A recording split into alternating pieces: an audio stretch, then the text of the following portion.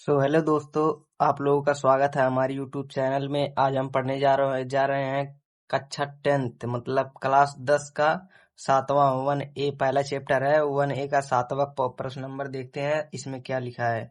नीचे दी गई आकृति में x तथा y का मान ज्ञात करिए।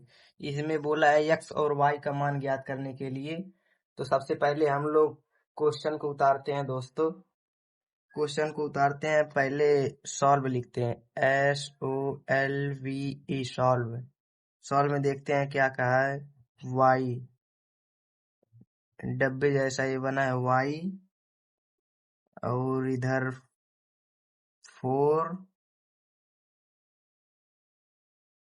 फिर इसी तरह निकला है x, क्योंकि हमें x और y का मान चाहिए दोस्तों। ये x, फिर x में 3, फिर यहीं से निकला है 7। अब इसी को हम लोग सॉल्व करके देखते हैं। x और y का मान निकालना है दोस्तों। सॉल्व में देखते हैं x बराबर 3 गुणे 7 बराबर 21। ये हमारा x का मान आ गया। ये x का मान आ गया आंसर। y का मान निकालते हैं दोस्तों। अब y बराबर ये हो गया 4, फिर गुणे x बराबर 4 गुणे x का मान कितना है 21। अब 21 चौके 84, ये हमारा आ गया आंसर 84। अब इसके बाद इसी तरह सात हो गया हमारा हाल। उसके बाद चलते हैं 8वें नंबर पे, मतलब 1A का 8वां नंबर। क्वेश्चन नंबर 8वां देखते हैं दोस्तों। 18 और 17 की HCF को 8m-117 के रूप में दर्शाया गया है। m का मान ज्ञात कीजिए, साथ ही 18 और 17 का LCM प्राप्त कीजिए। m का मान इसको मतलब HCF को 18m-117 के रूप में दर्शाया गया है, और m का मान निकालना है, और उसके साथ में 18 और 17 का LCM भी ज्ञात करना है दोस्तों। अब चलते हैं सॉल्व करते हैं। सॉल्व में देखते हैं क्या कहा है। यहाँ पर लिख देंगे प्रश्न नंबर 8 और सॉल्व में देखते हैं दोस्तों। पहले लिखेंगे HCF हमारा 18,117। ये हमारा HCF हो गया 18,117 बराबर 18m-117। ये सब प्रश्न में दिया है दोस्तों। अब इसका HCF निकाल लेंगे दोस्तों। आप निकालिए, हम डायरेक्ट कर दे रहे हैं। इसका HCF हो जाएगा 9 बराबर 18m-117। अब इसी तरह हो जाएगा 9, और इधर माइनस में 117, इधर आएगा प्लस हो जाएगा, प्लस 117 बराबर 18m, और ये हो जाएगा 117 और प्लस 9 126 बराबर 18m। फिर m बराबर 126/18। एक गुणा है तो इधर आएगा भाग हो जाएगा, इधर से इधर आएगा नीचे हो जाएगा। फिर m बराबर इसको काटना है दोस्तों। 2 से काटिए, 2 9 18, 2 6 12, 2 3 6, फिर 63/9। फिर m बराबर देखते हैं दोस्तों क्या आंसर आता है। 7 9 7 63। फिर 9 से काटे हैं दोस्तों, 9 के 9 9 7 63, 7 आ गया। m का मान 7 आ गया। अब इसका गुणनफल देखते हैं क्या LCM प्रश्न में दिया है। 18 और 17 का LCM मतलब इसका LCM भी ज्ञात करना है। फिर फार्मूला क्या अपनाते हैं दोस्तों। दोनों संख्याओं दोनों संख्याओं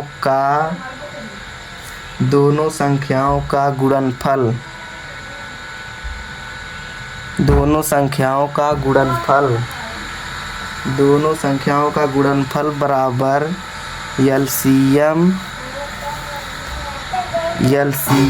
गुणे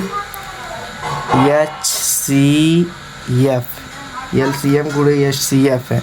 और इसका दोनों संख्याओं का गुणनफल हो जाएगा दोस्तों 18 गुणे 117 बराबर एलसीएम, क्योंकि हमें ज्ञात करना है और एचसीएफ पता ही है, एलसीएम लिख लेंगे फिर गुणे एचसीएफ हमारा 9 है, 9 हो गया। फिर ये 18 गुणे 117 बटे ए, इसको भाग में लाएंगे, इधर गुणा है तो इसको नीचे लाएंगे तो भाग हो जाएगा 9 बराबर एलसीएम। फिर 9 से काटिए, 9 दूनी 18, ये 2 हो गया।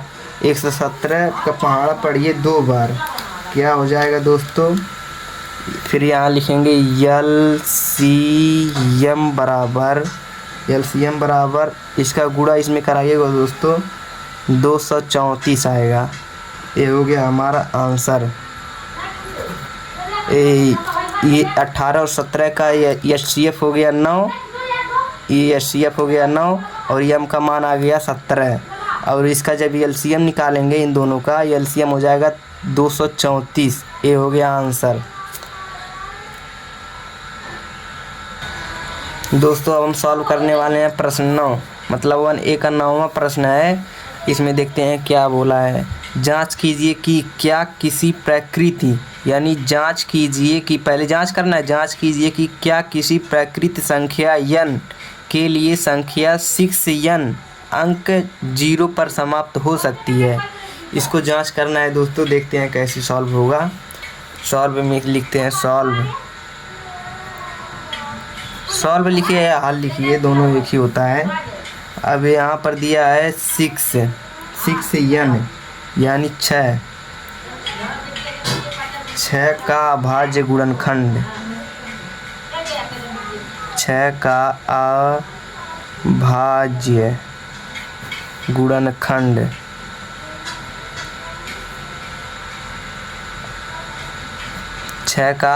गुणनखंड। सॉरी दोस्तों, ये गलती हो गया। 6 का अभाज्य गुणनखंड देखते हैं दोस्तों, 2 गुणे 3 आप निकालिएगा तो 2 गुणे 3 ही आएगा, 2 3 6। अब 6n का अभाज्य गुणनखंड,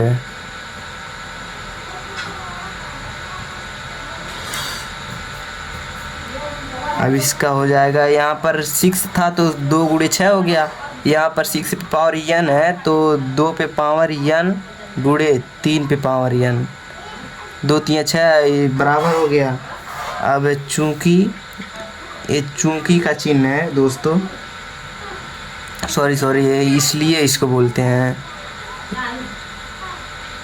चूंकि अभाज्य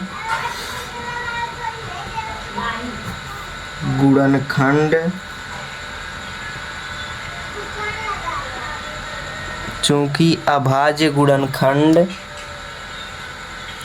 5 नहीं है इसमें, क्योंकि 5 नहीं है, 6 है, 5 होता तो अभाज्य गुणनखंड होता, 5 नहीं है, इसलिए 6 पे पावर n अंक 0 पर समाप्त नहीं होगा। दोस्तों ये हमारा सॉल्व हो गया प्रश्न 9वां, ये ऐसे ही सॉल्व में लिखाएगा। दोस्तों अब मिलते हैं अगले वीडियो में। अगला प्रश्न नंबर है 10वां, इसमें 3 सवाल सॉल्व हो गया। अब अगले वीडियो में लाएंगे 10वां, 11वां, 12वां। चलते हैं दोस्तों, बाय बाय।